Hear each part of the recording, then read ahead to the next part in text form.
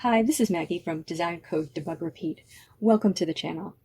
This video and the others in the Chapter 2 Problem Solving with Python playlist are an introduction to the concepts you will need to write input processing output programs. This video accompanies Problem Solving with Python Chapter 2, but it's okay if you don't have the book. The videos stand alone as instruction on these topics. The previous videos were about variables, literals, and data types in video 1 and math operations in video 2. This video is about reading various types of input from the console and getting your output to display the way you want. Let's dive in. I have the idle console open here. I urge you to open up the idle console and program along with me. Do that and experiment with the program as we go. That's the best way to learn. I'm going to create a script or program for this video. So I'm going to go to File and choose New File. And I'm going to save this file as input output. Python will automatically give that the .py extension. Let's start by writing a quick program that gets some inputs from the user, does some math, and displays some results. At the top, I'll write a docstring, demonstrate inputting values of different types and displaying output. Recall that the three data types we've learned about in this lesson are the two numeric types, int for whole numbers, and float for numbers with a decimal part, and string, which is text. I'll create three variables and we'll get input of each type. Let's ask the user for a word, for the number of pencils on their desk, and for the value of the change in their wallet. Those should be a string, an integer, and a float, respectively. So I'll write a comment, annotate variables, and I'll annotate three variables, word, str, num underscore pencils, int, and value underscore change, float. Now let's obtain those values from the user. I'll write a comment, obtain a word, number of pencils, and value of change from the user. Now to obtain input from the user, we use the input statement. The input statement is the keyword input followed by parentheses. And in the parentheses, you put the prompt. That's the text that's going to tell the user what you are expecting them to type. Do not confuse this with print, which simply prints the text to the console. When you want the user to type something, you use input, not print. And this is almost always going to be on the right side of an assignment statement because you need to put your variable on the left. So we might write word equals input. Please enter a word. Now I usually put a colon and a space in my prompts. The colon indicates you want them to type something, and the space is to put a little space between that prompt and what they type. It just feels more natural and comfortable because most prompts include a space. So whatever the user types will get stored in Word. Let's write some temporary code, print word, after that statement so we can see that the word the user types is stored in Word, and let's execute that. So in the console, Python writes, please enter a word, and it blinks. And I can type any word. I'll type hello and enter. And the program responds by printing hello. Now, something that may not be immediately obvious is that the input statement always returns text or a string. Everything we type is text. If we want the user to type a number, the input statement will get whatever they type and return it to us as text. So the string consisting of the character 5, for example, rather than the integer 5. If we want to read in a number, we have to convert or typecast the text the user typed using the appropriate function, int for integers and float for floating point values. So let's get our two other values, our int and our float, and we'll see how to do that. So I'm going to delete that print statement, which was just to check our first input statement. And let's write num pencils equals input, enter the number of pencils on your desk.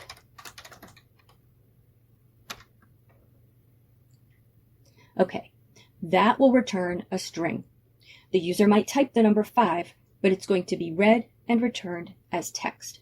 So if I want what is returned from input to be turned into an integer, I put int before the input, and I put the whole input in parentheses. And technically, what that's doing is taking the string that is returned from the input statement and passing it to the int statement to be converted into an integer. I can break it up into more steps. For example, at the console, let me write str_num_pencils equals input. Enter the number of pencils on your desk. And Python immediately asks me, and I'll type 5. Now let's ask the console to evaluate str_num_pencils. And notice it's 5, but it's in quotes. That tells us it's a string. Now, if I were to print it, I wouldn't be able to tell. It would just look like a 5. That's something to be aware of. But I can ask Python what type something is by using type and passing the variable in parentheses. So type str_num_pencils. And Python tells me class str, or string. So if I pass that to int, let me write num_pencils equals int str_num_pencils. And then type num pencils. Python tells me class int, so an integer. As long as I pass something that can be converted to an integer, it will get converted. I wouldn't be able to convert my hello string to an integer, but as long as the user types an integer, we'll be fine. So we're going to do that in one step in our program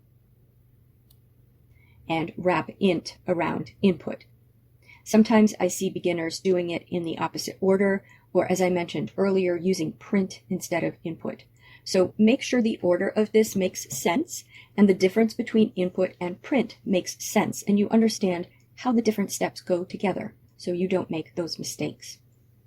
We're getting a string from the user that's returned by input, and then passing that to int to be converted to an integer, and then storing that in num pencils. We work from the inside out and right to left with an assignment statement. Okay, so can you figure out the next input statement? We want to ask the user for the amount of change in their wallet and assign that as a float to the variable value change. So I'm going to write value_change equals float input, enter the value of the change in your wallet. And after those 3 lines execute, in our program, we'll have a string, an int, and a float. Let's multiply each of those by 2. So I'm going to go back up and annotate 3 more variables, double word, double pencils, and double change. And then below my input statements, I'm going to write a comment, double the input values. And then under that, I'm going to write double word equals word times 2. Double pencils equals num pencils times 2, and then double change equals value change times 2. Are you curious about that multiplying the word by 2? You can actually do that in Python. You'll see what we get. I do want to mention the idea of flow of control here. Note that we can't multiply these variables by 2 until they have values in them. So this step of multiplying by 2 has to happen after we get the values from the user. Okay, that's all we need to know about input for now. Let's work on output. So the most basic sort of print statement is just a bunch of values separated by commas. So let's start with our original values. And I can write print, open paren word, comma, num pencils, comma, value change. And if I run the program and then enter hello, 5, and 4.78, Python prints out on one line and separated by spaces, hello 5, 4.78, the values of the 3 variables. But usually we want more control than that. There are different ways to format Python output, but I'm going to show you the format method because first, you can get a lot of control with this method, and second, this is quite similar to ways of formatting output in other languages. And my goal is to show you some general skills that you can take with you when you learn another language, not just Python. So let's imagine what we want the output to look like. And I'll show you how to achieve that with the format method. Suppose we want the output to look like word is hello, number of pencils is 5, and value of change is $478. But of course, I want it to be the values the user enters, not those values. Now, everywhere there's a value, which is really a variable I want to substitute in, I'm going to put a pair of curly braces. So now it looks like print word is open close curly brace, comma, number of pencils is open close curly brace, comma, and value of change is $, open close curly brace, period. Here is how to interpolate 3 variables, or you could use literals too, into this string where the curly braces are. So we write .format right at the end of our string, right after the close quote, and then open and close parentheses. And in the parentheses, we put, separated by commas, the variables that we want substituted or interpolated into where the curly braces are. We put them in the order we want them substituted in. So into the first curly brace, we want the value assigned to word. And into the second, we want the value assigned to num pencils. And into the third, we want the value assigned to value change. So we just put those in the parentheses separated by commas. And I run the program, type in my 3 values,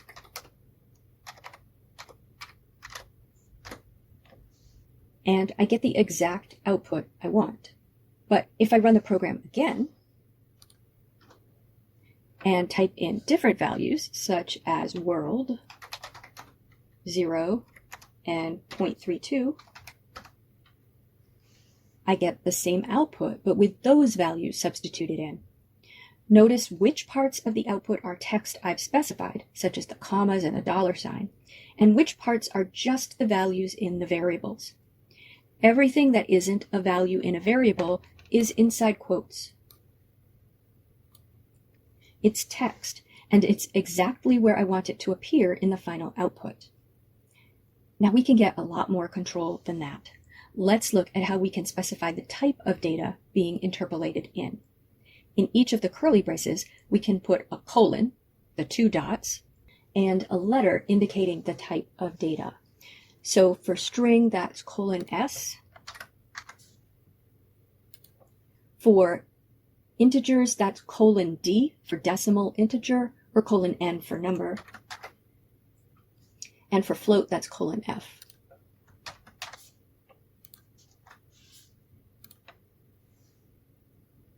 Now, notice when we run it, now we get a whole bunch of zeros in our float. That might not seem like an improvement, but before we were printing however many decimals were in the float, sometimes that's a lot of numbers that really don't have any meaning or that the user doesn't want to see. We will generally want to control how many digits are shown in a float. The way to do that is to put a decimal point and a number between the colon and the F. So we'll write :0.2f in the format specifier for the float. And when we run it again, we're back to the 2 decimal places. I chose 2 because it's money, and that's an appropriate number of decimal places. But we could put 1, 3, 4, any number that's appropriate after the decimal point to get the number of decimal places we want. Now, this is the python.org documentation for string, and it shows the format specification mini language, which is what we use between the curly braces to control the look of our output. And you can see there is fill, alignment, including a sign for numbers, using commas for large numbers, and a few other ways to get control over how the output looks. They have to be included between the colon and the letter, indicating the type in a specific order. Let's look at one other example, making a table. I've got our string, our integer, and our double, and I also have versions of each multiplied by 2. Let's create a table in which the columns are the string, integer, and double, and the rows are the 2 versions, as entered by the user and doubled. Now, to create a table, you use the width specifier. What that does is figure out how large your value is, and then pads the rest of the column with a character. The default is a space. This is a better way to format table output for the screen than using tabs, because you never know where tabs are going to be set. So let's start with the header. My string is just going to be format specifiers. So curly brace, curly brace, curly brace, dot format. And I'm going to substitute in Word for the first column heading, comma, pencils for the second, and change for the third, and then close parentheses for the format function and for print. So notice I can interpolate in literals. But now I have to set some column widths. Let's put colon 20s inside each of the curly braces for a column width of 20. Now, let's do the same thing for our 2 rows. I'm going to copy that and paste it 2 more times below.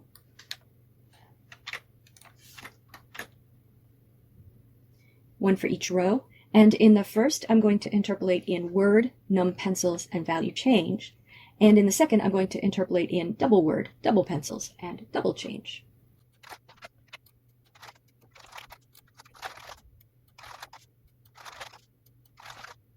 But of course, those aren't all strings, so I have to change the format specifier. So we'll put in D for the change column, and we'll put in 0.2f for the flow column.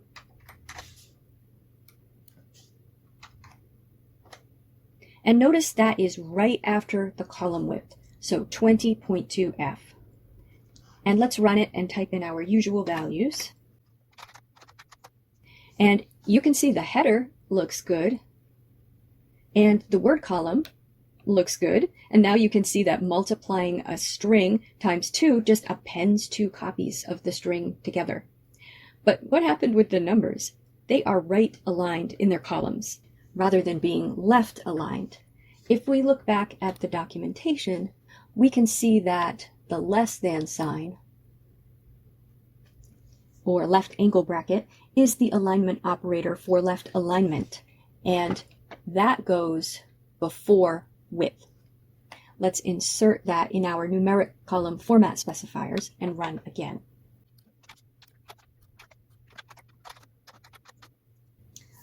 And our output looks very nice. That's how you can create a table using string formatting. Now, one more topic, and that's escape sequences.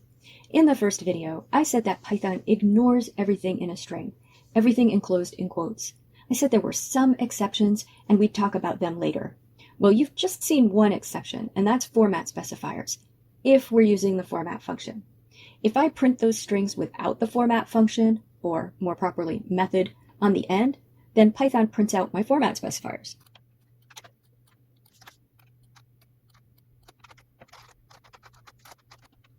So it's only looking in those strings if I'm asking it to with the format method.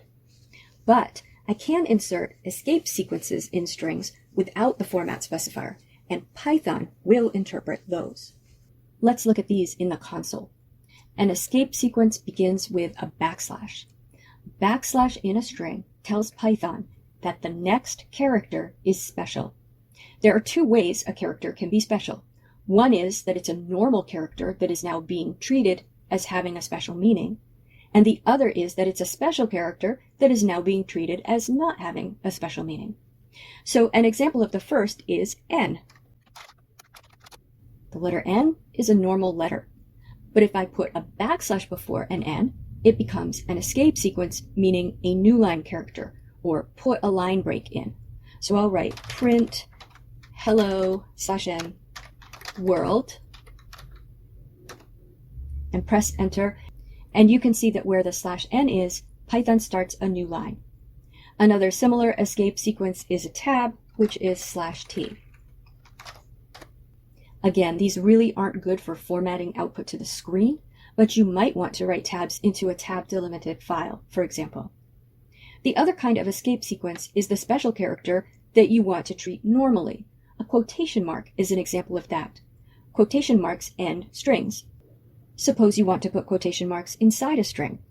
Well, one option is to use single quotes to enclose a string that you want to put double quotes inside of, but the other is to just use an escape sequence. So I can write print, open quote, / quote, hello world, / quote, quote, and the first quote starts the string, but the / quote will be printed as a quote.